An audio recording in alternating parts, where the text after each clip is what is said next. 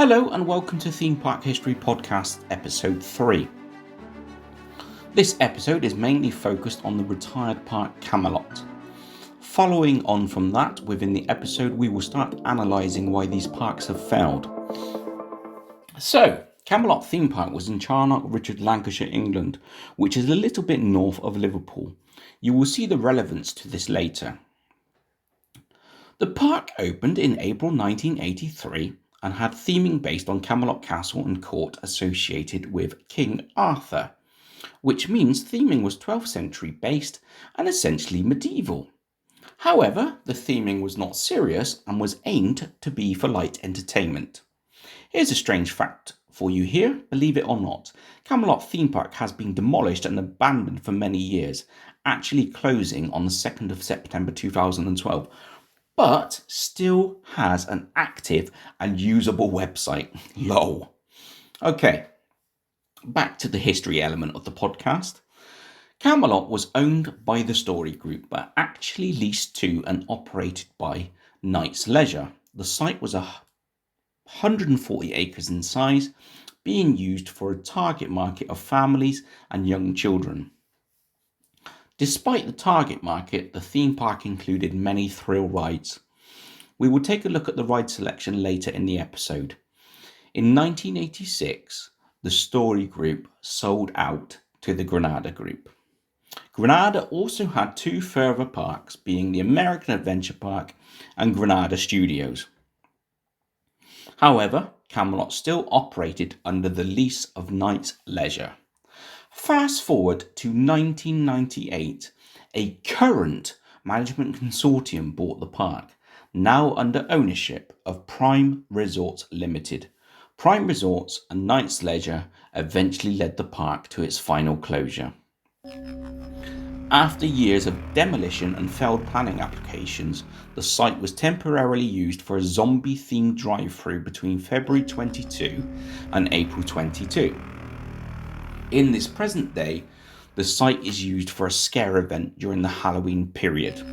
A very tragic end to a once glorious theme park. Okay, let's take a closer look at the 9 previous coasters. Caterpillar Capers, Pinfari, kiddie coaster from 1985 to 2012 that relocated to Gulliver's in Warrington. Just a gentle reminder that Pinfari is now a defunct manufacturer with many coasters that still operate today. Next is Dragonflyer. This was an SDC powered coaster from 1986 to 2012, which was later scrapped. But just an FYI, SDC became financially not viable in 1993. However, their ride designs and rights were sold to Zamperla. Our next coaster is again a Pinfari. It was called the Gauntlet. It was a sit-down coaster from 2001 to 2006 and then got relocated to Southport Pleasureland. And here we go, we've got the Junior Dragon Coaster. It was a modern products coaster which was powered and it operated from 1992 to 2012 and then got relocated over to Wales at Oakwood Theme Park. Modern Products, or better known as Manaplan Leisure, made rides from 1968 to 2008. And this coaster is called Nightmare. It's a Schwarzkopf, a sit-down coaster from 2007 to 2012 and was later scrapped. Schwarzkopf was a German manufacturer from 1960 to 1983. And here we have the Sorcerer, or actually we don't because we don't have a picture of it. It was a Pinfari. It was a sit-down coaster for 2 years between 95 and 97. But as I just mentioned, I can't find it online anywhere. But if you have a picture, please do feel free to post or comment. This coaster, the Tower of Terror, Schwarzkopf again, sit down from 1989 to 2000 before it got relocated to Dreamland in Margate. I hate to be cynical, but the theming here does look a bit bland. You may not see it in the photo, but there is an overhead loop on this ride, and that is as exciting as it gets. The rest of it seems to be half helixes, followed by a straight through and mediocre castle design. The coaster layout is family, but called something terrifying, with theming that has next to no significance. Definitely a symptom for a park to fail? Again, post or comment. Here we've got Venom. This one's a Soke coaster, powered coaster from 1984 to 2001 that relocated to Tier Prince Family Fun Fair. Soke is a currently operating French family and portable rides manufacturer. Most rides are designed with the intent of being portable but later become permanent fixtures. Soke make rides such as roller coasters, flat rides and log flumes. And last on our list is Whirlwind. It's a Mara AG spinning coaster, 2003 to 2012, that relocated to Skyline Park. I think we all know Mara from such rides as Spinball Whizzer and Dragon's Fury. But did you know they were founded in 1986? Beg your pardon, 1876 in Munich in Germany. To add, they also operate in steel construction aside roller coaster manufacturer. Let me just repeat that. They were founded in 1876, not 1986. 1876. Wow. Okay, let's take a look at why these parks failed.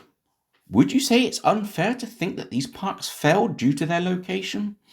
Let's look into it. Let's have a look at this map that I've put on the screen for you. So Ocean Beach, Pleasure Island and Camelot all sat in the North UK basin. Let's look at some of the statistics as to whether or not these facts are relevant to theme park failure. There is research that trends towards higher earnings in the south of England, which leads to an easier life than the lower earning north of England. It has also been stated that the north suffers higher rates of certain health conditions. The north also has larger, poor areas than the south. But please don't take these statements as concrete proof. It's just stats that trend that way. There are various other studies to challenge this. Let's look at the map of the currently operating theme parks. Here we have Fantasy Island, Blackpool Pleasure Beach and Flamingo Land all in the north. Blackpool Pleasure Beach has announced this year that a number of rides will not open. Also, that ride opening times will stagger to improve the cost of running them. They announced a significant loss for the 2024 calendar year, explaining that inflation was essentially the root cause. Flamingo Land in 2022 invested in SICK, an Intamin coaster with 10 inversions. This year and last year, plans and development has occurred for their Lost River ride. It seems that Flamingo Land are slowly developing the park. Flamingo Land has everything Merlin has, albeit on a lower scale. Great rides, less theming, great food outlets, less of them. But something it does have that beats Chessington by far is their zoo. Fantasy Island have invested in a new yet to open coaster. They also rebuffed Rhombus Rocket as Rhombus Express, but this park is tired. Very old rides, low quality graphics on virtual rides, but it's an ideal place next to Butlins and it basically serves its purpose as a fairground/theme park. Next to a huge tourist resort, Fantasy Island can sit back and watch the pounds and pennies come in. So, with Blackpool Pleasure Beach going downhill and Flamingo Land keeping up with the south, Fantasy Island does not keep the north in touch with anything south of it. It's sad to say, but is this a resonance of history? All I can say is please support the North resorts as they have great rides and even greater potential. I'm going to briefly reflect on the Midlands and South powerhouse theme parks. Merlin have issues, but long term they have huge projects as work in progress. Drayton and Poltons are truly mastering the family theme park business at this moment. So, what about the poor coaster designs? You may have noted across the 3 episodes that Pinfari and Schwarzkopf have produced many of these coasters and rides, but both now being defunct, is it possible to say that the rides were just not good enough?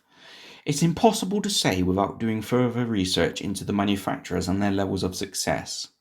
But from all the evidence I have pinpointed, it's still too difficult to say why Ocean Beach, Pleasure Island, and Camelot failed, but we can certainly say that we have got some clues. That's it for today's episode. Thanks for watching and see you soon.